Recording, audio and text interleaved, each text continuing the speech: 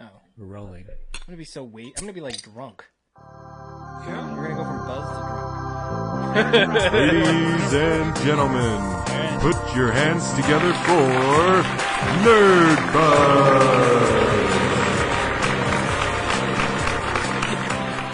Nerdbuzzed doesn't condone the consumption of alcohol by any persons under the age of 21. Please drink responsibly. Welcome to Nerdbuzzed, the podcast where we talk about all the nerdy stuff that we care about and drink a cool frosty brew while we're doing it. Root beer. Right? Yes. It's still a brew. It's still brewed. It's still brewed. Oh. Yeah, chill out over there, intern. We'll put you back in the camp. Splashing. And that camp's not minty. So before we go too much further, I'd like to introduce my co-conspirators here. To the left, to the right of me, as always, Jeremiah Johnson. and to the left of me. I think you said left twice. You said to the left of me. But I corrected. Yeah. To the right. Yes. To the Jack left. Hughes. Yeah. Okay. I've already drank a couple beers, so if I'm a little extra Yeah, this loose is our- this episode. What is this, 4th episode in a row? This Got a one's, couple, yeah. we're going to blow some dust off What's the this one when percentage people of the- watch Is it. this a higher alcohol? It is. Yeah, it We're is going much out higher. with a bang. This is an anniversary beer, so Yeah, we will digress no further and go to Jay for the best part of the episode. for the beer. Yes. So we're going back to Stone Brewing, one of my all-time favorite breweries ever. This is the 21st anniversary beer, and They're like right up there with Rogue for me. yeah, they They really, really are. are, yeah. And they're still a true craft brewery. Yeah. So, 1996 to 2017 makes it 21 years. Yay! So they're now legally able to drink. But it's their anniversary ale. Hail to the Hop Thief Double IPA. What's the numbers, Jay? 9.8%. How wasted we going to get? 9.8%. So it's totally your beer. Yep. And Mine. yes, it's a double IPA from Stone, so it's going to be hoppy. It should be really malty because, well, 9.8%, and it's Stone.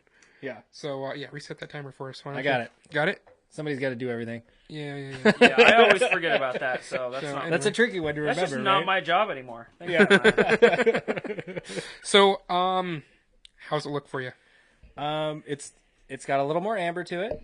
I would say based on the color, we're gonna get a little more malty flavor. Out A of little this one. maltier, probably a little more caramel flavors. It's definitely gonna be sweet, being 9.8%. I just guarantee it. It's cloudy. It's very cloudy. It's got a really interesting odor. It's not really like overbearing. No, it's not. in any of it. It's kind of a real subtle, subdued odor to it. Definitely getting more malt than you are hops in the Yeah. smell, though. Yeah, I was gonna say. It smells almost like Do you get a little bit of Crystal a malt. bready? A little bit of a bready from it? No? yeah, a little bit. Yeah. A little bit. Not too toasted. It's very, very, very. Although what I've Doughy. noticed also though, because we've had a few beers where the odor, yeah, right. Just in general, we've had a few beers, but when the aroma of the beer is kind of subdued like that, it's been the beer itself is also a little bit well rounded, Yes, right? Is that just me, or have you noticed that too? as I've you've noticed been that drinking it? as well. Yeah. So smelling it is actually this a good way, like a precursor to what it might taste like. Exactly. Yeah. So I'm enjoying the balance of the odors. So maybe the flavor will be that way also. Yes, Yeah. and it's the 21st anniversary. It should be pretty good. Yeah. So It does smell like it might be a little sweet. Yeah. Speaking of caramel, it's kind of funny. I am drinking the Brownie Caramel Cream Root Beer. Marcus Yeah. got this for me. That I have sounds another one just in rich case. as S. Yeah, okay, so smelling it from the bottle, it's almost straight. It's like straight caramel. Let me try. Yeah, smell that. But smelling it in the glass, I'm... Wow, it is very caramely. That Almost like smells cream really soda good. This doesn't caramely. smell as good. Take a whiff. It's like very vanilla. it's like they just dumped. Yeah, like cream soda kind of, right? Oh, yeah, way that's more what like I'm cream getting. soda. Yeah. Yeah, I'm definitely getting more vanilla. Oh, from it says this. caramel Reaper right This on there. doesn't. Yeah. This doesn't smell as good. I have another soda. If I'm feeling it because I just gobbled my last balls. Oh God, no! We're not making those jokes. We're not making those jokes anymore. You brought were. it up. Yeah. Don't forget, it was a pair of them, and they were blue. They were I'm blue. excited to drink this. They were bluer than his And, shirt. Yeah, if I'm. My shirt. Oh, I was His. like, Yeah. The arbitrary his. Yeah. whatever. Point is, I hope this is good. And I want to give a shout out because I went to Ocean Shores a little while ago for my anniversary. Shout out to my wife. You're amazing. Couldn't be married without you. And when If you were in Japan. yeah, right, maybe. But we were in the whatever the equivalent to like their little grocery store there, and they had this cooler filled with all these old classic root beers that were in there. That's all the fridge was filled with. And so I went ahead and got they had little Snag me 6-pack boxes there, so I filled them up with a variety of them, and I'm actually curious to hear what you have to say as we go through them. Because I think I had one before. Like, I have had it before, but before the show. Yeah. So it'd be cheating. My dad wanted one, so I gave him that one. But I think there's, 5 left. Okay. 4 or whatever that I'm going to drink, so I'm excited. Yeah, Nice. We'll expand that root beer palette a little bit, right? Yeah, Refine. Yeah, turn you into a root beer snob. He already is. Have Yeah, you not heard it? yeah, totally right. So let's do it right. To all the nerds, Through all the fuzz. bottoms up. Let's get Nerdbuzzed. Nerdbuzzed. Yeah, where did that? That's a weak clank. That was Weak the clank lady with Marcus. clank. No offense to ladies, love you. Ooh. Oh my. That's good. Wow, this So that is Finally. like very almost pure malt. it's Is like borderline like barley wine. it is not borderline almost like barley wine. It tastes like a barley wine. Yeah, It's I don't know how to put it. It's almost sauerkrauty heaviness with the fermentation of malt. Although I want to go back to the way it smelled, and I will say, for as sweet as it is, and the amount of alcohol it has, it does not have this abrasive alcohol finish. It actually finishes pretty smooth. it does. It's It's fairly balanced. it's definitely a celebration beer. Yes. Yeah. I mean, Good again, we're alcohol. talking a pretty Come high on. percentage, right? So I think if it has, I think as it warms up, it's probably going to have some alcohol flavor to it. Oh, it's definitely. I can already tell right now. It's going to develop the alcohol. which to it. is okay if it has it's got the high numbers behind it. right? Yeah. But I think when you get 8.5 and above, it's acceptable to have some of that. It's great if you don't. If you can make a beer that doesn't have that and it's This really is good. like- But this is like a light dessert beer. yeah. Would you say that? Like it's- I'm gonna say this What's is a a straight heavy dessert beer. Yeah. beer? I would say a heavy dessert beer is 20%. something that's definitely darker and Old Rasputin. and yeah, right. Something that, because I think eventually this is going to sit heavy on your stomach, but initially it's not that way. This would surprise you if you started out with this and thought I'm just going to rock it all night and drink these. This would surprise you to be wasted before you do it. Yeah. You think? Yeah, a little Like bit. the old It's- Rasputin, it's like you drink it, it's like, oh my god, I'm full and I'm wasted. Yeah, okay, yeah. But this this is one that you're going to sit down and you're going to drink one, maybe two. Yes. Yeah. On And- this and- show, they're gonna drink 20. Yeah. Right. No, we're going to drink 22 ounces. Yeah.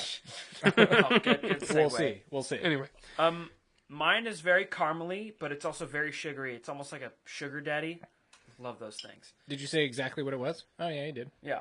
But it's very like the root beer is much of an aftertaste, but even then the aftertaste is just like permeated with caramel. So it's definitely like they really stay true to that caramel flavor. oh my god, that's actually really good. Yeah, it is. I know. I've been It's, thinking. it's a buttery caramel flavor. Yeah. I've been thinking as we do this, we should almost have like little shot glasses so we can also, collaborate with Jack. He can't do that for us, but we can do that Yeah. for him, right? It's a solid for you, by the way. We're doing you a favor. Thank you. No, dude, it's seriously, it's got the buttery caramely flavor. The buttery finish. It tastes like it Oh, dude, smells it's made from right the in bottle. Mapakio. That's freaking awesome. Nice. The smell from the glass, I don't like it, but the smell from the bottle is what it tastes like. Yeah, no, it's freaking Kudos. That's really good. I like that. Yeah, try and Here, we'll leave him right here. But before we get into With the two topic, Ts. I'm gonna do a shout out. Thanks Good. to all the subscribers. As always, we need 100 to get our own channel. So like when I log into YouTube, it automatically, since I'm always on the Nerdbuzz page, it takes me to Nerdbuzz before it actually takes me to the homepage now. So yeah, and Shout out. it's like youtube.com/XOYJT instead of just being like /Nerdbuzzed. That would be cool to be able to see that, and it's weird that it doesn't do it anyways. Whatever. But 100 subs, we'll get the the turd play button. They mail it to you. Just kidding. That'd be funny. Yeah, right. That If would they be mail awesome. for like 100 subs. But yeah, Patreon, swag bag, 35 or more. Get some stickers, get some cool stuff. You need to saw- emphasize the or more. Yeah, or more. Thank you. If you get If you want to. 35, We appreciate it. yeah, sure. Thank I you. guess you're my friend. 36, I will love you for a long Oh, time. 36, you will get more than a personal shout out on the episode. I swear. Yes. You will. Yeah, stickers and everything. And go to nerdbuzz.com and listen to all episodes 100% free, as opposed to Any other percentage of free? That's right. Because I there stole are a garbage standard. percentages of free out there. I want to specify. We always say that as a joke, Like but it's true. It microtransactions. is. It's totally true. If you're a nerd, you already know that, right? yeah. Yeah, no, this is free 90 free. Yeah, yeah. It's 90% free, and then you get hooked, and it's not so free. Candy Crush. So this episode, we're gonna dive into some FPS. Yay. And but first off, I want to congratulate. Is it still? Maybe we won't even do it. I don't know what our nerd play is. I'm already messing it up. I was gonna say Metal Gear Solid, but maybe we already reviewed it. We'll see. Yeah. Wait, also, we might release. This episode was done the same day as like the past other three, or this could be. 10 I don't know years- when it's coming This out. could be 50 Yeah. years in the future. The cat's Yes. out of the bag. There's gonna be some dust on this one. We blew it off just for you people out there. Yeah. So Yes. whatever the nerd play is, keep playing it and let us know what you Yeah. think of it. We're gonna play it with you. I swear we are. So If you don't play it, I'll find your home. let's dive into Wow. the meat of this episode. Although that is like the best part of like Jay and Silent Bob Strike Back. What's that? When they get the movie check and they finally like go kick all those little nerds' butts that were talking about. Yeah, that's right. Go door to door and Yeah. do it. Yeah, yeah. That would be so Everybody awesome. gonna kick That's the some best way to ass. do it. Yeah, yeah. So we're gonna just talk FPS this whole episode and what makes it good. And so I think, as always, I'm gonna educate everybody with a little bit of history. Okay. So the first credited games with being in at least from the first person perspective. I don't know that that the S part of it is included. Okay. They might. I don't know that they were shooters. Is Maze War, which came out in 1973, and 1974 was a game called Spasm, and it's debatable as far as which one actually came out first. Those numbers, I think, is like, I think for Spasm that is actually the release number, the release date number, but the Maze Wars, I think that's like when it started developing. So I don't know when it actually released. okay. But there's like this controversy online. I kept finding people that were like, no, Spasm's the first one, and then other people were like, no, Maze War's the first one. So I don't know which it is. I'm not willing to. That's not Weird what the that show's it about, wouldn't- right? Yeah. But they're credited with the first to establish. All I can that imagine perspective. is the Game Boy 3D like laser red one.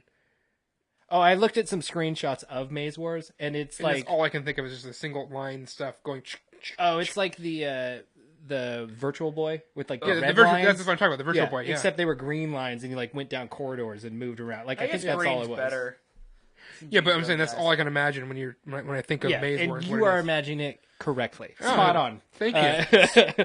So the next game that I think is more credited with today's standard of what an FPS is 1992's Wolfenstein. Shout out! Please be at my house right now, Wolfenstein 2.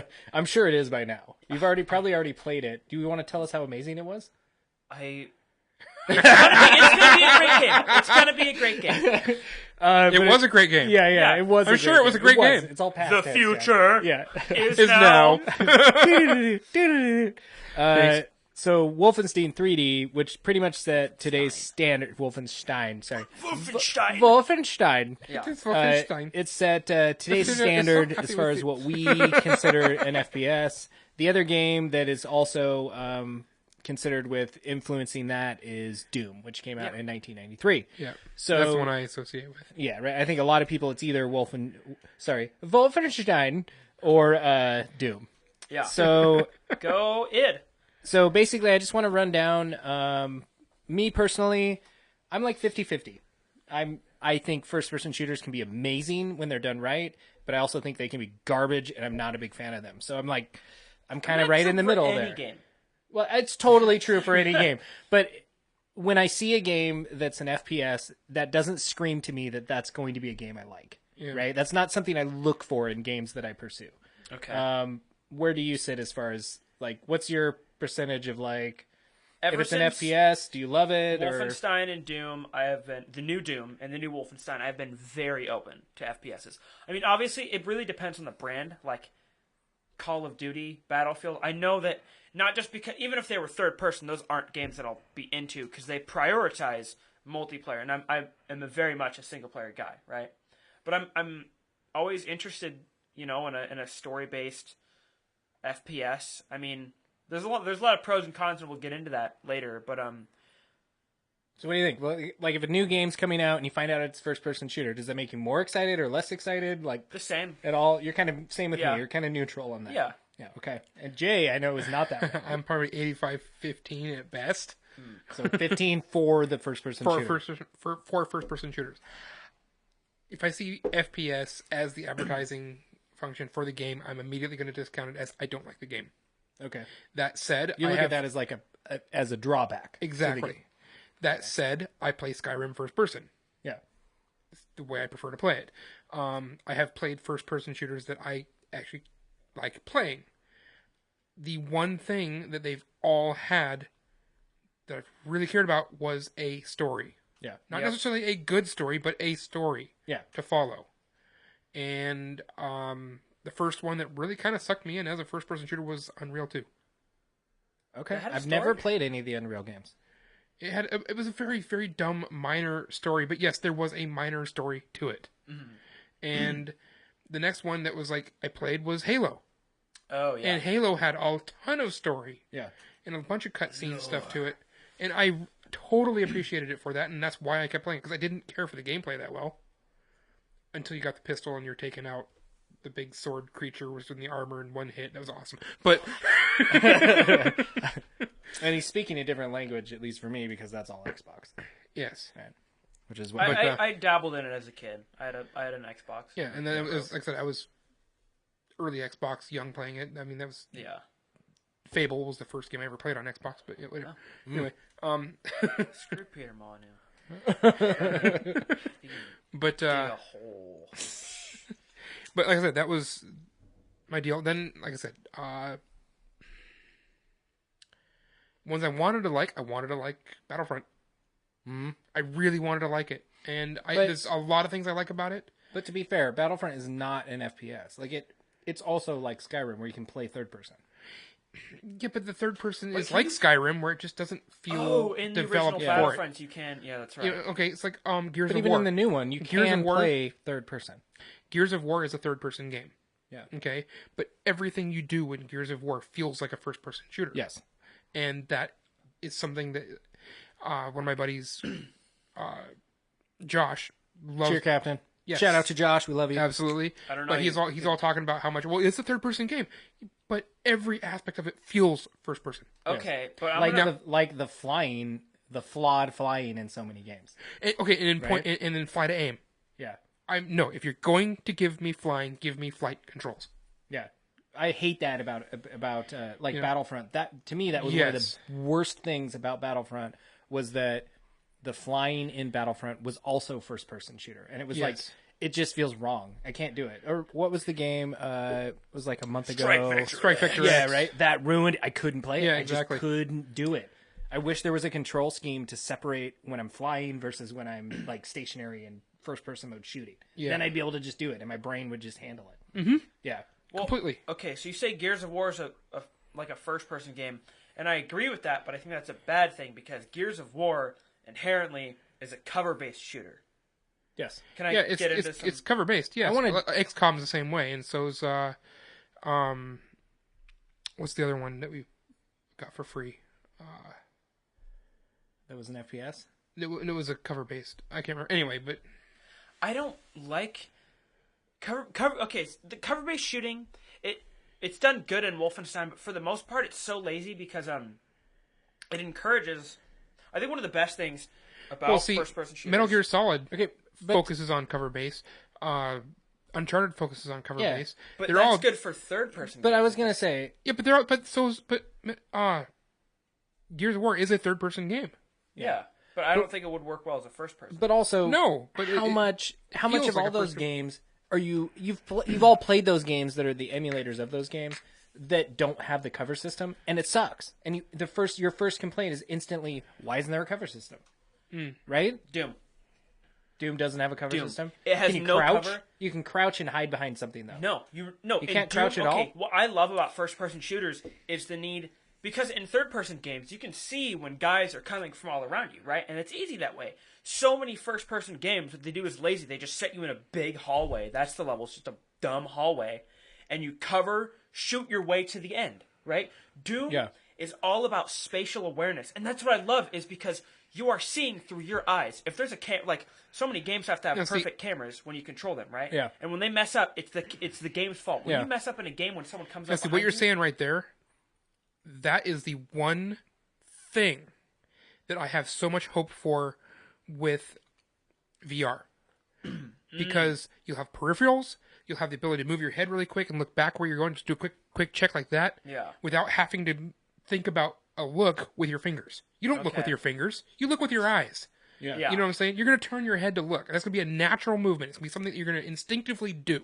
Yeah. But How many people do you watch play racing games and embrace for it? You know what I'm saying? Yeah. But I think, maybe correct me if I'm wrong, but I think that when I was playing a game and you were watching me play it, and as I strafed with my guy, I used the strafe maneuver, like moving my head and everything, to move my cursor, like to move it like on a level left or right. Mm-hmm. And at that time, I remember you saying like, "Oh, like I never really thought to use the camera and your character's movement as ways to control your aim." Like Exactly. that, right? Yeah. And I totally get that because I hated. Oh, yeah, you do that. Ooh, ooh, ooh, ooh. Oh, yeah, it's like you, these weird glitchy movements. You're right? wanting to aim right here, and you're like, oh. Yeah. But if I just strafed over, there all it you gotta is. do is strafe. Yeah. And that's such a crucial part of it. And I remember when PlayStation came out with its analog controller, and that to me was my first real introduction into first-person shooters, and I hated them. I couldn't figure it out. I got dizzy and sick, and like I didn't understand how to move my head around with one controller. Yeah, but the thing about the strafe thing though is if you play Armored Core is all about strafing. The entire game is about strafing. But it's buttons. It is buttons, yes. Yeah. But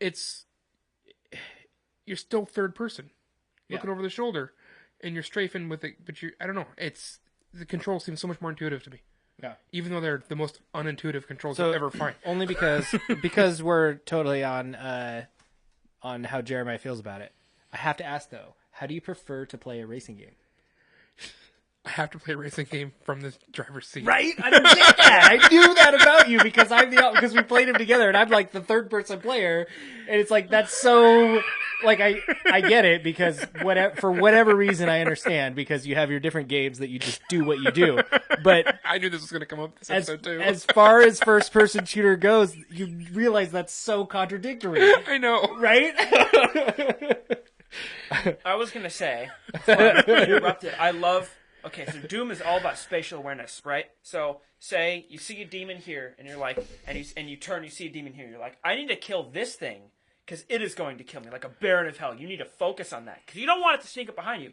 But say there's a pinky, those little charging guys. So you're like, you have to think, all right, I'm going to turn this way, but I'm going to like strafe to the side and move around so I can get a good view of both of them and somehow take them both out, right? And that's what I love about Doom, and not many games do this. Is you have to be looking around constantly. Yeah. Oh, is that pizza already? Pizza already. Hey, pizza! He's getting it. But and Wolfenstein 2 is all about be quiet, Holly. Close that door. Close the door. No, in Wolfenstein, it's definitely not as fast paced as Doom, but you have to know what's behind you. Like on Uber difficulty, there are so many times I'll be going down a hallway thinking, oh, it's a hallway, but no, there's all these doors and secret little ways to get around the level, and it's like a guy's just gonna come behind you and shoot you, and you're dead, and you're like. And I think it's a really good blend of, not being as fast-paced as Doom for people that just can't, like, process all that or they don't like that as much. But it's also good at being, like, you have to take cover, but then you also have to be like, there's a guy coming behind me. I need to get up, shoot him, or, like, I need to run around, right? Yeah. So Well, I'm a big fan of a first-person shooter that has an instant turnaround button. Right? Because that's not always in a first-person shooter. Just crank that sensitivity up. You think, but then it's so twitchy. That's where the strife comes in. Where the strifing around the okay, so the gameplay. Sometimes you can do X and Y, or I guess it is. Never mind. The thing that turned me on to that you can use your steering control to also move your head and control the like your aiming, right? Like instead of moving my head to the right, I can just move my character a little bit. I can strafe a little bit to the right, right? So scenarios in games that click for me was stairwells.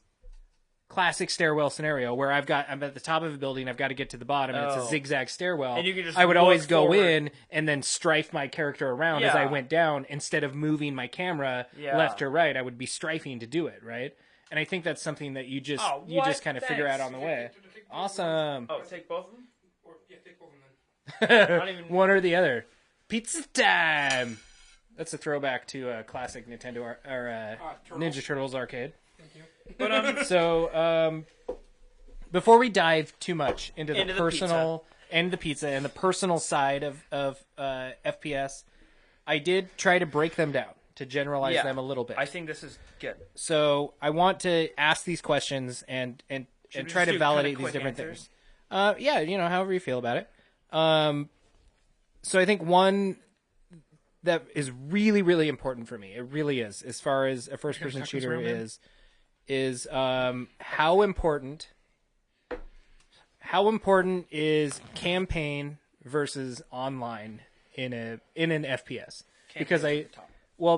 Because I think before online really took off and everybody has internet like they do now we get an FPS where that's all you get, pretty much, right? Like the campaign is gone. All you get is an online experience. So how much does that weigh into your decision on the value of that game? I have an answer extremely heavily. Me too. Yeah, same here. I'm all about the campaign. And first of all, I'm going to be the first person to say, if I come up against player, especially if it's a 12-year-old kid who's been playing this for, 6 hours. Which is any game you might play. Exactly. Right? Yeah. I suck. I suck at player versus player combat. I really do.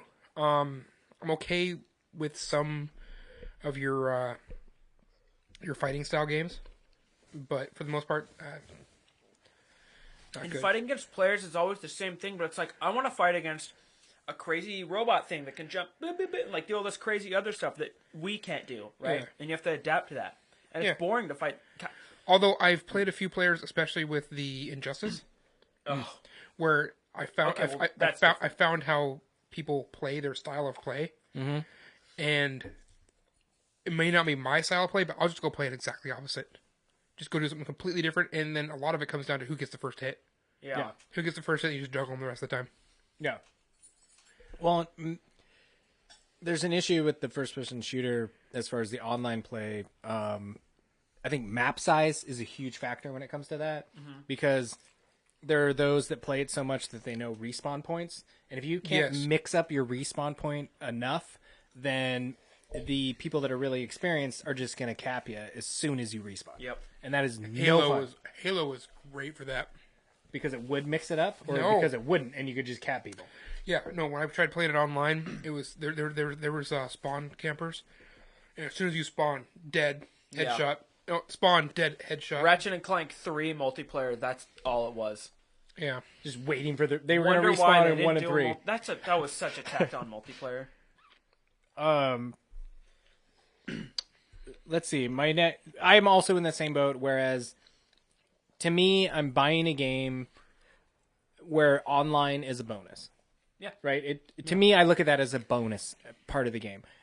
I want to be able to sit down late at night and just put on headphones, play that game, just totally immersed in the character, because that is a huge part of a first-person shooter for me. And I want to be able to play through their campaign and experience what I'm supposed to care about this game, and not necessarily be bombarded by a 12-year-old. and see something that Right? something that Because that's what happens. Yeah. And granted, I didn't get very far in it, but one of the games that you hate is BioShock Infinite, and that actually did that. I did start to get immersed into that character in that world. I'm going to lend you. I have the right here. I have the collection. I'm going to lend it to you, and I want you to do it play right the away, first 'cause or I got second. switched Bring my Yeah. comics back. I was gonna give you V for Vendetta, and I read all the Batman ones. Were really good. Really good. Side topic, but we're going to get into that because they're amazing.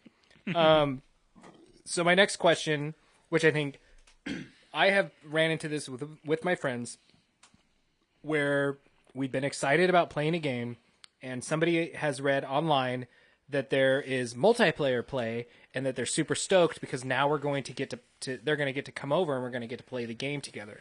There is such a big difference between multiplayer and co-op play. Those words do not mean the same thing at all. And I think that where we get confused 99% of the time is a first-person shooter. Yeah. That's a big deal. It sucks that co-op is a dying thing. It really is. And Right. and then my next one, which is my little subtopic right under there, is couch play. Which couch play co-op is its whole own category. That doesn't necessarily co-op doesn't mean couch play. It doesn't mean that I can have somebody come over to my house and pick up my second controller and we can play through the campaign together. Co-op means maybe we can only do that online. Yeah. I don't mind. I like playing things with people. Like, I like when I can play through a single player online. Like Borderlands. That's so fun. Gathering your friends and playing online, and it changes the experience a lot. Or even Dark Souls, right? Yeah. Like, it's such a cool thing that the game has. Dark Souls is that. a little bit more of a bitch about it. Like, you really have to there's more of a struggle to be able to play with your friends. Yeah, but that's just Dark Souls. And really, that's totally true. I think that's such a valid remark because Dark Souls is a bitch. Yeah. Right? The definition of that, one word to sum that game up is a bitch. Yeah. For sure. Yes. I give you credit for that. Yes. But, I mean, couch play really, with two people it's okay, but like four, unless you have a nice big TV, it's just, it's god-awful. But it's like, how is it that hard to do? Is it really that hard to do? Well, right? and how many of these first-person shooters, when you're playing the single player, have this stupid person that comes along with you that you can't let die or do Exactly. whatever? Make that another person. Yeah, exactly. Let me play co-op with that person. Yeah. I don't know. It's I fun. think The last real good couch play game we had was that free one we got that had that round ship that you could run between areas. Oh, yeah. I Can't remember. That was actually kind of fun. Lovers in a space. And, Yeah, that was whatever. It was something such a like that, stupid, yeah, that was actually stupid a lot of game. fun. I never played But it was fun so to play fun, couch yeah. play. Couch play really was what made that's that game. Yeah, it was meant Yeah. for. It was very Nintendo style couch play. Yeah. It really did have that. I feel. think first-person shooters, it is really hard to do couch play, so I will give some, take some of the heat off. But to be able to play co-op online like that, I mean, it's definitely not for every game, like not for a more... Well, GoldenEye did it. What? GoldenEye did couch play. Yeah. Yeah, we played GoldenEye. Oh, Nintendo 64. Yeah. For me, that is like the gold standard of what made me realize that first-person shooters are okay. Yeah. Right? It's like, this is actually a lot of fun, and I can play with my buddies. and I guess really people But aren't that wasn't playing co-campaign. That was still for- versus. Yeah, it was. But People aren't really playing co-op for the story. They're playing it for... I mean, it doesn't have to be the second player is also an integral person. Just slap it on Resistance. Every game is just some random guy. And that's totally okay, because I get to play Resistance with my friends, and that's awesome. Yeah. We get to experience... Maybe we're not experiencing the story entirely, because we're just, BSing the whole time, but we get to play the game together. yeah, that's cool. Yeah. That right there boils down to what GTA Tuesday is. Totally. Yeah. We progress 0 in GTA on Tuesdays. Oh my God. And it's getting worse and worse that way. But it's just about hanging out and having fun. Yeah. And I'm sorry, I rage quit the last time though. Yeah. that guy. It was that last Tuesday was not a good Tuesday. Just the whole Tuesday was not going well. Everything we were doing was just not working. And then that one guy that just took a vendetta on me at the very end. Oh. When I thought we were in like a private session, Yeah. or and all of a sudden it's like, wait a second, there's somebody that's out to hunt us. And then he hunted me down like 4 times in a row. I'm like, all right, screw this, I'm done. Rage quit. I'm going home. Power off. Yep. Yeah. So my next one on my list is, which I think, kind of applies to that. Is it only multiplayer or is it campaign? Right? Did you have something you want to throw on there before? Well, I it say? makes a difference though when you're looking for them or not too. For what? That guy, like when he just showed up randomly, and was taking us. I was like, okay, I thought we were in a private session, so I wasn't even looking for somebody else. Yeah. No. We found that in GTA, a private session is only private for so long. Yeah. A private public, right? Yeah. Public is the key word there. So because I think we all agree that the multiplayer element is also crucial, but it's the campaign that is this driving home element for all of us Yes. here. How important is it that the character that you're playing through has a story that you care about because, I mean, quite literally, you are walking in their shoes through the game. Unreal doesn't have much of a story, but it develops the character that you're playing more than it is the story, and that's what I cared about. I mean, it really depends. Borderlands, the story of Borderlands is almost about everyone else, and you're just kind of the driving force of it, and I'm totally okay with that. I don't want a character that's constantly in cutscenes. I like how Borderlands, it's just everyone else being witty and everyone else being funny, and your character will throw in little quips when they're killing people. I'm totally okay with that. Doom, I'm totally okay with the character saying nothing, but conveying how he feels through his actions. And it is like, I love the story of Doom, like all the mythology and the lore, but also how your character ripping acts heads off and tell that he hates demons, right? And that's fun. Wolfenstein, I love the character and the story because he's constantly doing an internal Wait, monologue. don't you mean Wolfenstein? Wolfenstein! There you Or go. Wolfenstein! But I also think that a lot of first-person shooters take that Borderland mentality, like Bioshock's but don't that way. do it well. But Bioshock does it but well, they even yeah. do that like in the Bioshock format where you're the outside character that's being introduced into this world that now your objective is to not die, clearly, right? Because it's first-person shooter. That's always the objective. Yes.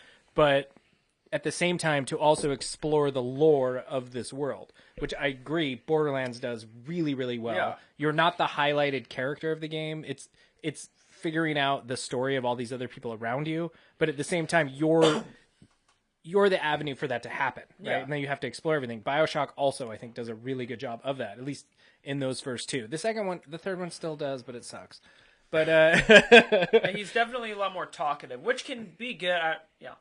But I think that's a tough thing to do, to give purpose to being in the world that you're in, because again, it's from such a personal perspective. Yeah. That you're playing as. It's like, give me a reason to be there and keep me engaged throughout that. Whereas I don't need the character I'm playing to be the highlighted person through the whole thing, but make all those people I run into engaging and interesting and pushing the story along. And again, I really think BioShock and Borderlands are really two super shining examples of that. Yeah. The other thing that I have right underneath it instantly is visuals. I think that because you're not creating a character that I'm now seeing as third person, I really appreciate a first-person shooter where the world that you're playing in is as relevant as any character that's in. Okay, now see, that is the one thing to Battlefront that I loved. Yeah. Was how well they developed the maps that you were in. And see, I have a little bit of a Wait, disagreement. the new Battlefront? No, the newest one. I mean, like the Oh, forest. The I was forest. thinking of the old ones. The forest when you're running through the forest, it's got dense fern structure and big trees and everything else. I mean, that was great. The snow one was kind of cheesy. With my issues with Battlefront, as far as like the map world is concerned, is it was always so linear. It was not this big open map you could play in. It was typically rectangular with a narrow two sides and a longer other sides, and you battled between them. And if you hit the edges, you clearly hit the edges. And I really struggled with that when I played it. I thought, why are these maps so small? Yeah. Right? Yeah, what I'm saying is just how clean and crisp the images were. Yeah, it was definitely visually appealing, for sure. I mean, it looked good. That game screamed Star Wars visually. When you got on the speeder and sped through the freaking redwoods, that was just, I'm sorry, that brought me straight back. Oh, yeah. Visually and audibly, right? Yeah. Like we yeah. woke my neighbor next door, That was and they hilarious. came over and told us to turn it down That because was they funny. could hear the AT-AT walkers destroying their house because the bass was booming that loud. And we were like, that's why it's so cool. Yeah, Right? exactly. Yeah. It was. That was fun. Yeah. I think, remember, there was fun parts of the game, but overall, I hated that freaking game. Yeah. That was something I didn't even think to include aside from visuals. I should have put a slash and put Audio.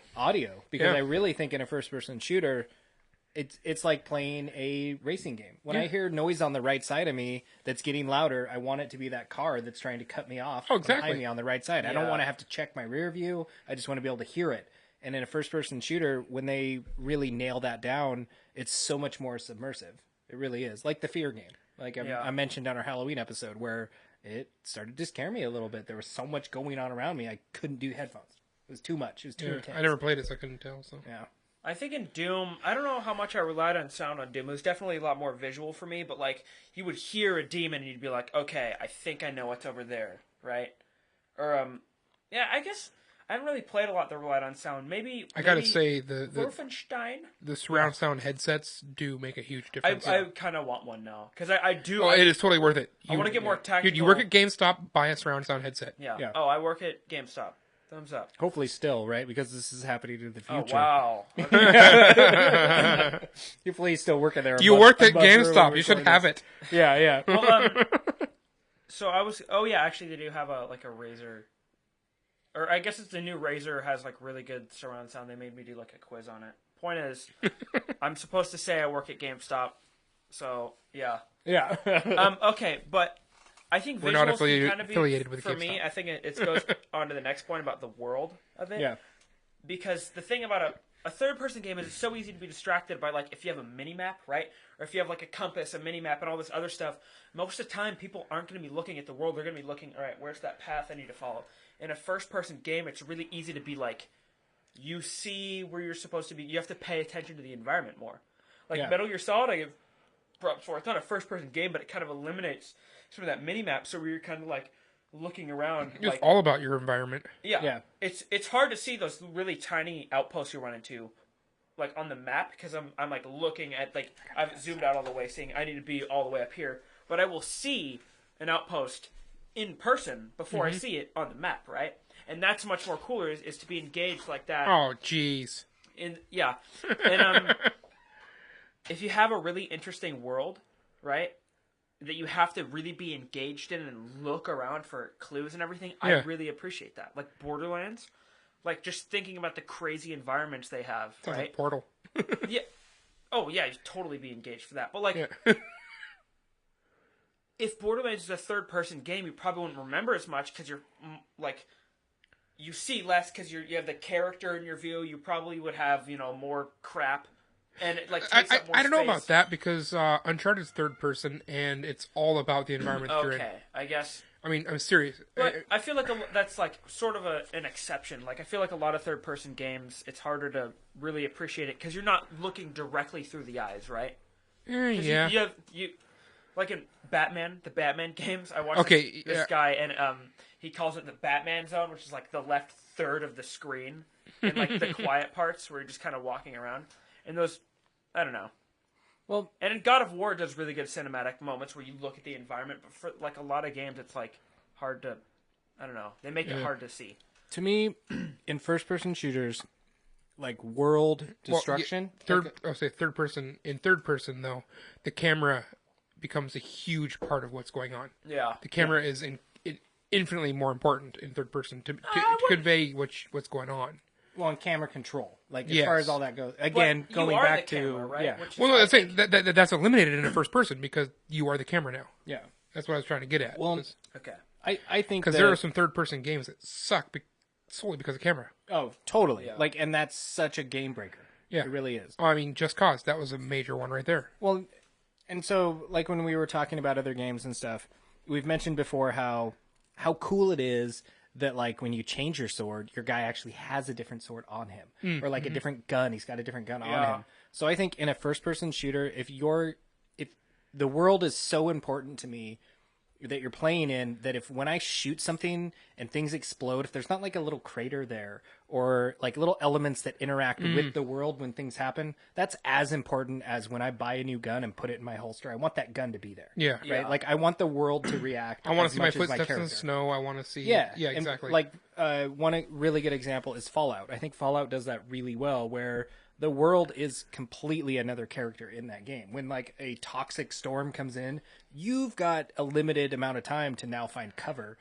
or otherwise you're just gonna get radiation and die. Right? Like there's all these like it is another character in the game that you now have to battle and consider also. you know what's scary is we're going to have to worry about that when North Korea attacks. Someday, right? Someday, yeah. I mean, it could have already happened.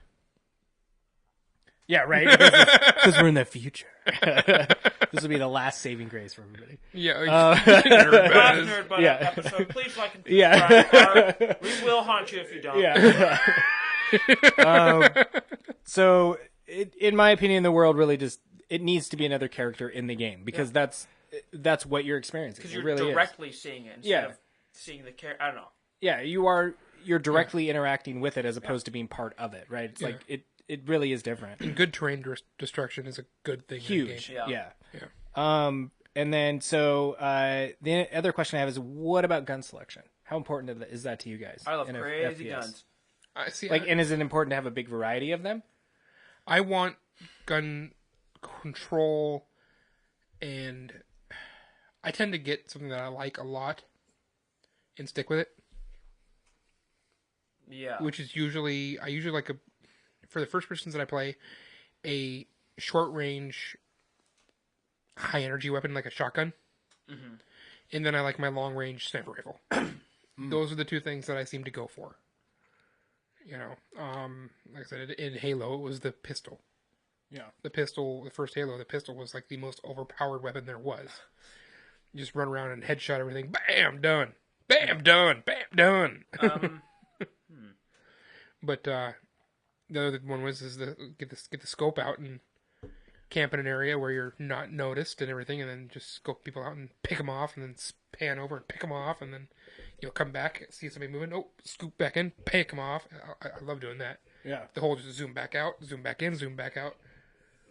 And as much as I love doing that, you think I'd be better at it in GTA? No. Well, and I think if we come back to Borderlands, which I know at least me and Jack can say is a pretty much gold standard first person shooter for us. I like the second better. He doesn't. Whatever. I like the second. I don't know. You said you'd play it with me a few times, and it hasn't happened yet. So What, the second one? Borderlands.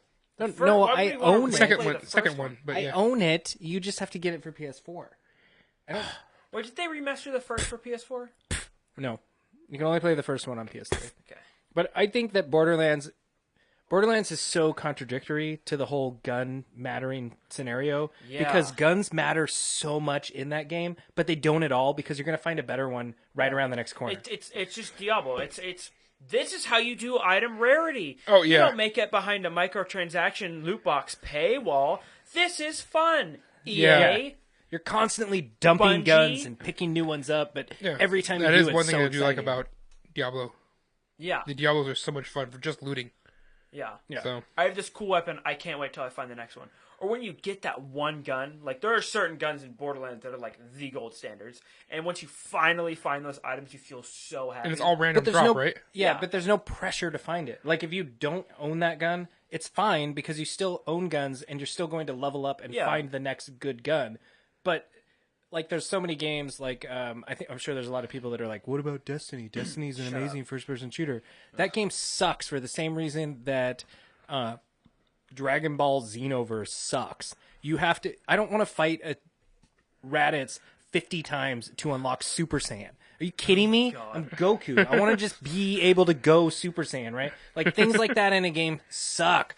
Hey, I've never it took seen a a lot game- of emotional trauma for him to become. Yeah, right. Super I Saiyan. get. I've hit that. How, trauma. how many how many days of work did you skip or cut out early for that? That's true, and I felt that drama in Xenoverse. I hate that game. I hate better game Xenoverse than you too. thought. Right? It's like I hate it.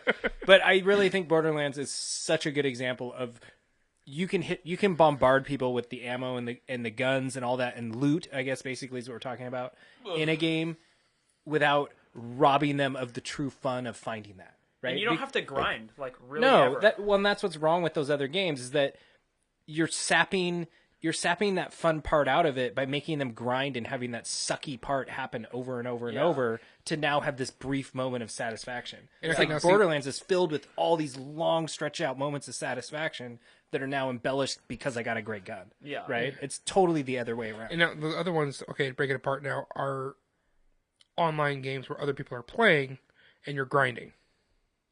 That's just dumb though. Right? Yeah. Yeah. Is that what you're saying? Because well- one of the things I like about Final Fantasy VII specifically is the grinding aspect of it. It's like I'm getting everybody their fourth level. But you're grinding with a definitive end result. The difference Yes. is in these other games is that you're grinding with the hopes of this Yeah. end result. There's Okay. no guarantee you're Like a going one to get 1,000th, anything. 1/1000th chance. Literally. Yeah, something no, like okay, no. 1 in a billion. See, right now I'm trying to get everybody, and I've only got 6 characters right now Yeah. in my party, and I'm trying to get them all to their max level limit levels. Yeah. So that way, as soon as I hit disc 2, I can get them all to their level 4 limit levels. Yeah. But there's like this end Yes. goal. There that are you 3 can- discs to the Yeah. game because it is that old. Yeah. Oh my god. It's awesome, by the way. It's more tangible. It smells better. What I think is great is I have the digital copy of it, and I still have to change discs. That's awesome. That is pretty cool. That's Stick of Truth number 1, right? Yeah. Or South Park number 1. But I really think that is a defining difference between what a lot of games go with. And again, it comes back to that, like, people are so hungry for that instant gratification, or like, it's the trophy mentality. It Yeah. really kind of is. It's like, I'm going to hunt down, I'm going to do all these things for this one thing in the end. I'm going to do it 1 billion times to get that one thing. Whereas the process to get there can be fun also. It can. So, okay, so I've played Fractured But Whole for grand total of maybe 40 minutes Yeah, in the past. in the past. Yeah. At the point in time that I'm talking Yeah. right now, Yeah. I've played Fractured But Whole for a grand total of 40 minutes. I hope I've played it more since the time you hear this. Yeah. But Never I've forget already- Jeremiah. Yeah. I've yeah, already right. got 3 silver trophies. Yeah. What? Yeah. They're stupid. Yeah. I don't understand it. I don't get it. I don't understand the appeal of it. I just don't get it. I don't get it. If there was any way to go through and beat every single game I've beaten or I've played and leave the easiest, cheapest trophy behind, I would do it. Just to spite the stupid trophy campaign. Screw you, trophies. I know Jack I doesn't could care. platinum it. But I could does platinum our it. first-person shooter, like Destiny, Xenoverse comparison, at least put it in perspective to where we're coming from as the old school I players? mean, I only platinum games if I either know I can and it's going to be easy, or I'm having fun. What's Mad the Max, point of I doing had it if it's fun. easy, though? Yeah, that's exactly. So that you get a platinum. But who cares? It doesn't Exactly. get you It's anything. easy. Someone came up to me like, "Dude, you have 21 platinums." I'm like, "Damn, I thought I had more." Oh my god! I don't even care. But they're I want all somebody to easy. go- I love it when people look at me and they're like, Mad Max was not an easy platinum. That crushed Oh, my you did it? soul. Yes, You finally did it? Oh, I did. nice. I talked about it. And I said that I deleted the game. I take more pride in when people see what my star level is on my character, and then they look and see I have no platinum trophies. It's like, you have that many, your level's that high, and you have no platinums. How'd you do that? It's like, yeah, because I played a crap load of games and Exactly. had a And crap that's all load it of fun is. with each one. Exactly. Yeah, and then I put it away. It's Or like, I'll play I- it whenever. I'm not gonna platinum a game. I'm not even for close to 4 your star platinum. level, but I want to say I'm a pretty decent star level compared to everybody else that I've seen. Yeah. And yeah, I've got like maybe 5 golds. It just I want to get my money's worth out of the game sometimes. Like Ratchet and Clank. Did I play the story One and did I down. enjoy it? Yes, Boom! Done. I've got the money out that I wanted. Well, if you got Platinum bored, doesn't then mean you didn't crap. enjoy it that. Doesn't mean Whatever. crap. Point is, next thing. Next thing. What about melee weapons? Is it still an FPS? I'd consider Yes. it. That's what I wanted to know. I think FPS is really just like a blanket for a game in first person. So the Right. one that made me, which I think, I'm not going to argue with anybody that it totally is an FPS because there are guns, but is Dying Light. Dying Light is all about crafting and finding all these parts Totally an FPS, yeah. And I and totally- building like melee weapons. That's what you primarily find. And I totally Fighting. blew it off because it's first person and zombies. Yeah, it's But it looks That is so. an It's like amazing I don't it's care. Dead It's Island so amazing. better. I don't Dead care. It's Island- Borderlands. It's zombies and it's first person. it is don't that care. game is Borderlands with melee weapons and zombies. It's No, the exact same it's thing. Dead Island, but better. Have you played that? I haven't played That was it's literally just Dead Island with parkour. yeah, but I better in really every like way, it. so I it's shouldn't say great. literally. It has Dead some Island control tried that. I issues really and some tried playing problems, it. but that game is awesome, and you can get it for like $25. But it's still an FPS. We agree, it's still FPS, even though it's hardly any guns at all. Yeah. The finger guns. Yeah, Bringing it back. That was the Oh yeah. that was the previous from a month ago. 4 episodes ago. So I think this is a big question that we've kind of danced around this topic as we've been talking about them. How do we feel about arcade versus simulator? And I'm going to directly talk, say, as an example of arcade, Borderlands, which we've talked about a bunch. That's Yeah. way more an arcade Not FPS. realistic at all. No, Totally and okay. Bioshock, totally fantasy, versus like Call of Duty or Battlefield. Oh, I'm which going I arcade. think I would go yeah. arcade, but Totally purely Wolfenstein. but I would also do it purely based on the other factors we've said were important. Whereas I think that Call of Duties and Battlefields don't have campaign. They've given up on that That's single just a player side of choice. it. But I understand because it's all about like fighting other players. And I don't know. It gets boring after a while because it's the same thing. Well, and the others are all about this like fantasy lore, right? Yeah. That goes on. Yeah. The other ones don't have that. They're just not part of it. So, it's tough. I don't care. I like online play, especially the co-op, and I want to play with people online. But at the same time, I don't want to be restricted to only that. And I also want to have. I'm playing a video game. It's like fantasy. I want to have fun because it's a video game. I mean, I do. You want to be a knight for a little bit, or you want to be a race car Yeah, driver. I want to be a superhero, or I want to, like, whatever. I want to take on this alternate persona. Yeah. If I want to go fight in a war, I'll go join whatever. Right? It's like I don't need to do that. Which is got me to play Witcher more. Was the whole I'm just going to be a knight for a little while. Yeah. Yeah. That's totally how I play Witcher. It's like Hi, I'm going Holly. to be a knight for a while. But some people do like that experience of being immersive. But the thing is a lot of games really aren't that immersive.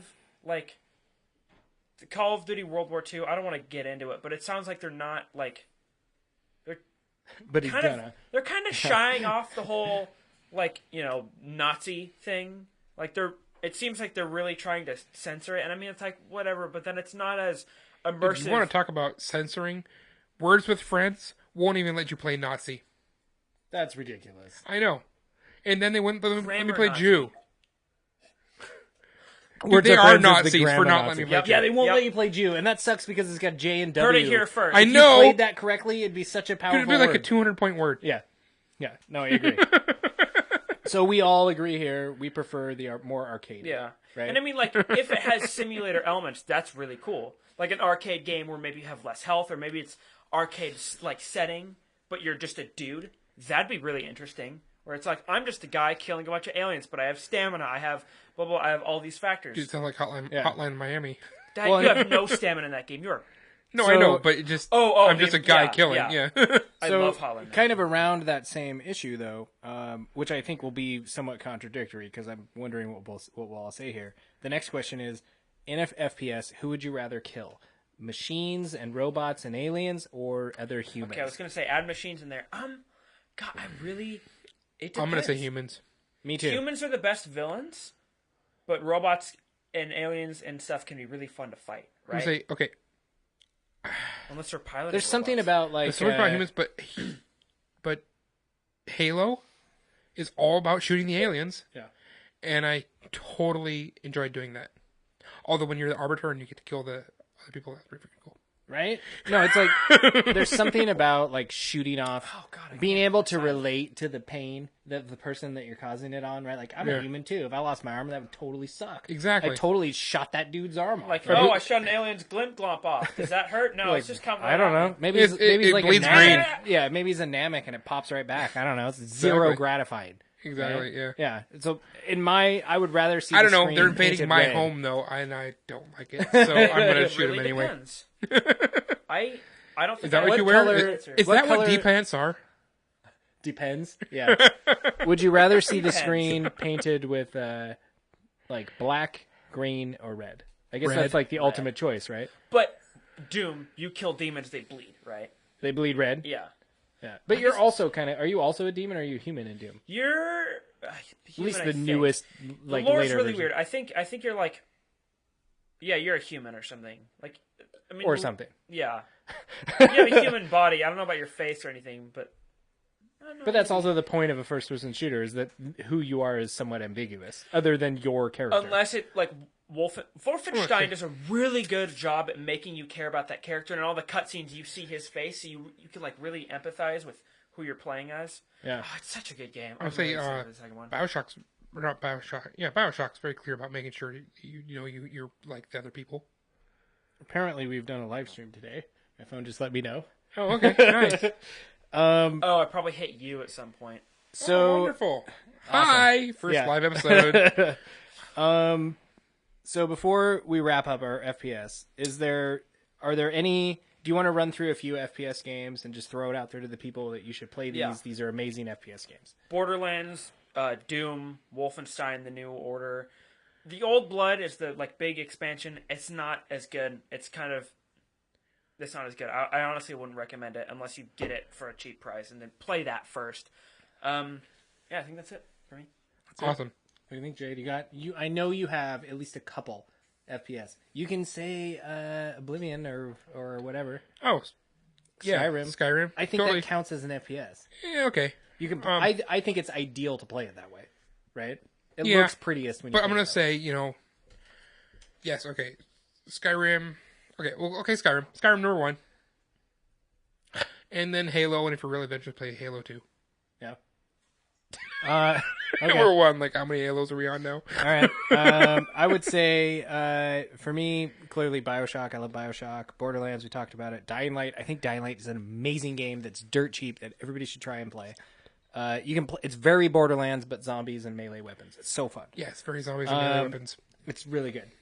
DSX. I really enjoy DSX. Okay, for its, DSX. like, I did have a little bit of fun, especially when you got on the freaking. I'm thinking of a different one, aren't I? I don't know, maybe. Yeah. DSX is the very like cyberpunk kind of. Yeah, okay, it's style a game. different one. Yeah, I was thinking really one like of the free it, though. ones that we got was first person. Yeah, DSX is very. I don't think it has any online play at all. It's all single player Wolfenstein does. campaign. Oh yeah, no, I know what you do. Yeah, that's kind of cool. I You, like the idea have behind all it. the robotics you Yeah. enhance your body with, and Yep. it's cool. Super RPG, not online at all. Fallout, I give so much props to Fallout. Fallout is a really, really solid Well, yeah, game, it's Skyrim only with radiation. right? And And it's gun. such a meld of FPS plus RPG. It Yeah. really it does it so well, and you give it and you care about the world, right? I'd just rather have axes and bows. Yeah. The Skyrim. going back I'm to sure the, I would. It really goes what it comes down to. the other, like, let's say like garbage bin Walmart stuff you can get for $5. I really recommend Bulletstorm. I recommend the game Rage. Rage was so fun. It's such a short little sweet treat for if you have a PS3. It's so worth picking up for the $6 it'll cost you. Yeah, It's what not 60. No, not 60, but if you get it for like $6, that game is so beyond worth $6. It's like, for me it was the precursor to Borderlands, and then when I played Borderlands it was like, this is kind of what I wanted Rage to Yeah. be, but Rage was still really good for when Yeah. it came out. It was a great game. There's a game called 13 for the PlayStation 2 that I really loved. Again, because it has this, like, I would say Borderlands has a very unique aesthetic to it. Like, there's only Borderlands looks like Borderlands. Yeah. 13 Borderlands was is a so game that was that cartoony. way. That's the one thing I really appreciate about So it. Yeah, well, and that's kind of like how this game 13 was. It reminds me of Borderlands before it came out. It was a lot of fun. The other one I have up here is Black, which was like, other than GoldenEye, was the first game. I believe it's PS2 Yeah, that it's all- really sucked me in. And the highlight of it was that you could, anything red in the game, you could shoot and it would blow up and like interact with the enemies, and like you could Oh, distract okay. them. And It was like, the barrels. yeah, it was like the world interaction element though that was brought to the FPS. So it really opened my eyes to that part of the game. That's the one year universal for like every game is the barrels. Yeah, The red And- barrel. Shoot the red barrel. And then my last, of course, my Borderlands had classic three is ones. GoldenEye. I think if anybody has a Nintendo 64 laying around, it's worth picking up GoldenEye and playing it just to appreciate, I think, what set that standard for Yeah. FPS. Definitely. So, I don't know. That kind of wraps it up, I think. I was gonna say, quick shout out. I don't know how I forgot about this. I think this actually was my first introduction into first-person shooters. After Borderlands, I remember seeing the ads for this as a kid and wanting to get a PS3 because of it. Resistance. I love nice. those games. I love the lore of those games. I really hope they come with more. The third one was such a good payoff. I mean, it was a good game. The ending sucked. Ending was just trash. It's a other PlayStation 2 kid. I'm like my fourth one now. Yeah. Granted, one of them did get stolen, but I slapped some scores. On Beers. beers. Oh, Oh, you're yeah. trying to push us into the beers now. Well, yeah. I thought you yes, said- we are Yeah, timed no, to do that's fine. that. Yeah, that's fine. Thanks, Jack. Anyway, But no, have I said- you? First, I do want to check in with Jay though, because Yes. he's our anti FPS person. Has at all our talks today maybe inspired you to like want to play any other FPS, or has it encouraged any further in-depth thought about an SPS? Are you more willing to not? I will just let you guys throw play it off? one, and I will listen to what you have to say about how you like it and what you like about it. And if And- we can get you a free copy, you'll also try it with us. Probably. I'll try it. I will always try. I tried Dying Light. You do. I You're really always good did about trying games. Yeah. Try Dying Light. I'm I'll not bring trying to paint you in Wolfenstein that 2 light. here. I'll bring Wolfenstein 2 here, and we'll sesh out. That'd be fun. Yeah. Yeah. We'll do, maybe do a little stream together. Drink Yeah. some root Yeah, beer, we can drink do some that. beer, play it together. That'd be fun. Yeah. All right. So, Dude, we'll even just do all root beer. I'm okay with that even. I'm so okay on that, but that's fine. We'll figure it out. Discrimination. Yeah. I'll just drink water. We'll Sweet! drink root beer. You drink water. Nice. Yeah. Next level done. I'm already done with mine. It has such a good smell. Like I every time I drink, I find myself Wolfenstein smells good? my caramel. No, I know. Wolfenstein smells amazing. Wolfenstein! Every Yeah. time I drank it, I found myself like smelling it a lot, and it's like a really good smell, and it's a really good company to the taste. It is such an improvement from Balls. Oh, You forgot that not enough W in the balls. balls! I'd give it a 7.5. It's not. I mean, it's almost Nice. great. Nice. It's good. It does I- get a little heavy on the stomach, but it's. Little drip. comes Oh, in you a- get invited to PlayStation something. I am. I You don't want me to play. I don't know. I probably put this in my root beer fridge. Nice. Yeah. Nice. Put it at the. I mean, it's not something that I'm like dying to have, but if I have it, I'll be like, hell yeah, I'll drink it. Yeah. Sweet. Yeah. So it'd be like the compartment, Like I said, the what doors. little bit I tasted, I really liked it. Yeah. I actually put it as up on my top root beer list.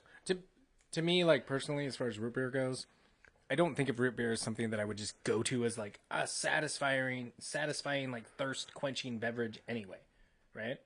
Maybe you do, but that's not. It's- To me, it's it's so something you have to drink syrupy kinda and slowly. sweet I was that I saying, don't think I could handle it that way. root beer was, when I was drinking soda regularly, root beer was one of the ones that I was like, yeah, I like a good root beer. In fact, when I first started drinking beers and getting into craft beer, Diamond Knot's root beer was something that I would just get a growler of and just enjoy a root beer.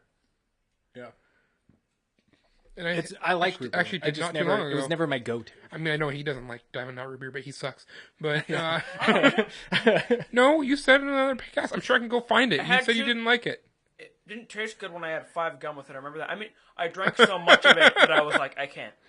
Yeah. Okay, But nice save. Okay, Yeah. But anyway, So, what do you think, Jay? What do you think of our beer? it's a big beer. It tastes like it could be a lot bigger. I Which is I will something say that though, It's usually a down mark for me, and I'm not gonna bring it down, but I'm not gonna like bring my score up because of it. You know what I'm saying? yeah. It's very under attenuated. I'm gonna bring that word back. I haven't used it in quite a while, but it's under attenuated. Okay, but this is something that I'm glad that you kind of said it that way because an issue I've had, which I've said on so many episodes, when there's a high alcohol number, that beer can tend to like burn like alcohol by the end. Right? Yes. And I don't think this does. Like this. No, it still- doesn't. It's it very, still kinda very, very malty. remains- It manages lot to of- do that still, even because it's definitely warmer than it was. Yeah. And I thought that would happen by the end, and it really hasn't. So in a way, I give it some big props for that. I think they've done some things, like as far as what we've always There's called a lot of unfermented malt in there. yes, but I think that the reason why maybe that's happening is to eliminate some of that alcohol burn that's in Yes. there, right? So it's like if you're going to trade out what's under attenuated, right? Which I totally agree that yes, I think this beer could have higher numbers, but I also think you would taste it if it did. Right? Like you're going to sacrifice one for another. I would give this a little bit higher score if it was, yes, it had a little bit more of an alcohol flavor, but it was a little bit cleaner on the mid flavors and finish. Yeah. For it, I would give it a little bit higher. So you think I mean, you're still saying it's still balanced, but if you could have just favored one over the other a little more. Just been a little bit cleaner Yeah. on the ferment. It's just It's a tough call. It's like, It is. It's getting to the And point 10 of almost like nitpicking. and I mean, 10%. it's worth doing. 10% is hard to do. But, yeah. I've done a couple 10% beers. It is hard to do, and it's hard to do well. Neither one of the 10% beers that I've made have I cared for. Okay? I've made them and other people have loved them, and I've made them again because other people have loved them, but I did not.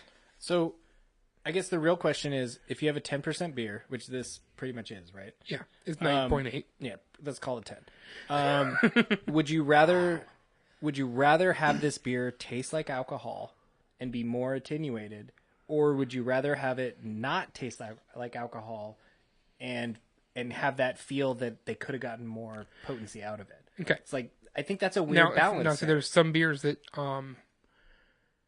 you take that first draw and you get that alcohol bite, but that's it. Once you get that first draw in, it just seems to flush that alcohol flavor out of the way, and everything after that, you're just getting all the flavors the beer has to offer. Yeah. This one never had that first alcohol hit. No. And it had the potential. It had like that first yes, potential it alcohol did, hit, but it didn't have that alcohol hit. No, totally. And you're not getting the flavor of this beer actually stayed very true all the way through. From beginning to end, it tastes almost the same. It doesn't taste like alcohol now. Like no, any more than it did. Really doesn't. No. But it's something that I don't know how to put it. It's just I would rather have that alcohol bite and that just sicky alcohol flavor first thing, and then have it wash out, and then start to enjoy what the rest of the beer is. But what about by the end? That's what I mean. Like, would you rather have this in your glass now that it's warmed up, just taste of sicky alcohol because it's a 10% beer, or would you rather have them over sweeten it to subdue that alcohol flavor all the way through? Like that's a really. I think there's other ways that they could have filled in the flavors without being this just. It is kind of it's a little sicky sweet. It is, but. The sicky sweet isn't even just that sweet. It's just this partially fermented flavor. I don't know how to put it. Yeah. No, I think that's a good way to put it because it doesn't quite taste like alcohol, but yet it has flavor and it's not super. It's not just the malt. Sweet. I mean, it's it's this weird in between. It totally is. And it doesn't quite hit the buttons I wanted to hit. For me, I'm not going to give it a super high number again because it tastes like a barley wine. Yeah. I give it props that it doesn't taste like alcohol, and it's the percentage it is. But they mention it as Hop Thief Double IPA, right? Like hail to the Hop Thief. Yeah, you're not getting There's all no this hop. There's hop. You're getting the hop. You get this hop in the aftertaste. You're getting the bitter in the aftertaste, but it's not this just huge hop aroma in your nose. Yeah. You're not getting this huge hop up front when you first drink it, like you do with a good IPA. Yeah. It doesn't scream IPA to me. No, it does not. But maybe, unless they mean hail to the hop thief, as in he stole all the IPA out of this beer, then I don't get it, right? Like, there's something that's off about it, which I totally agree with you. Yeah. I think if I had to put a number on it, I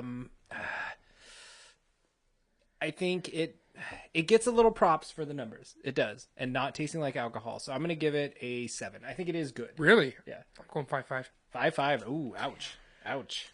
I do think it's good. I don't like it. I don't like it at all. It's Maybe 5.5. I should change. I'm going to go 6.5. Change it to 6.5. Wow. Because I don't. And the reason why is because I don't think I would go out and pursue this and store it in my beer fridge. I'm not. I'm not going for on my me. way A for this. 7 is that. Beer. And I'm actually a little dejected because Stone's one of my favorite breweries. Yeah. And they let me down. On this, huh? They let me down. They really let me down. This is their 21st. This is their ability to shine. It's an anniversary beer. It's supposed to be great. And yes, I understand they went big with the numbers and they were trying to be good. They should have fucking tasted it before they did it. Oh, he said it. All right. So, on behalf of all the nerds. Did I really? I did, didn't I? Yeah. God damn it. That's all right. To all the nerds. Through all the fuzz. Bottoms up. Let's get Nerdbuzzed. Talking about beer. I don't like this beer. Talking about did drink nerd it. culture. You're on Nerdbuzzed. It does have a little bit of that alcohol flavor, but it has so many. It has Marcus and I Jeremiah. understand it is, and not You're just. on There's Nerdbuzzed. just a lot of things going on there that weren't utilized. They could have just not used as much malt. Let's get Nerdbuzzed.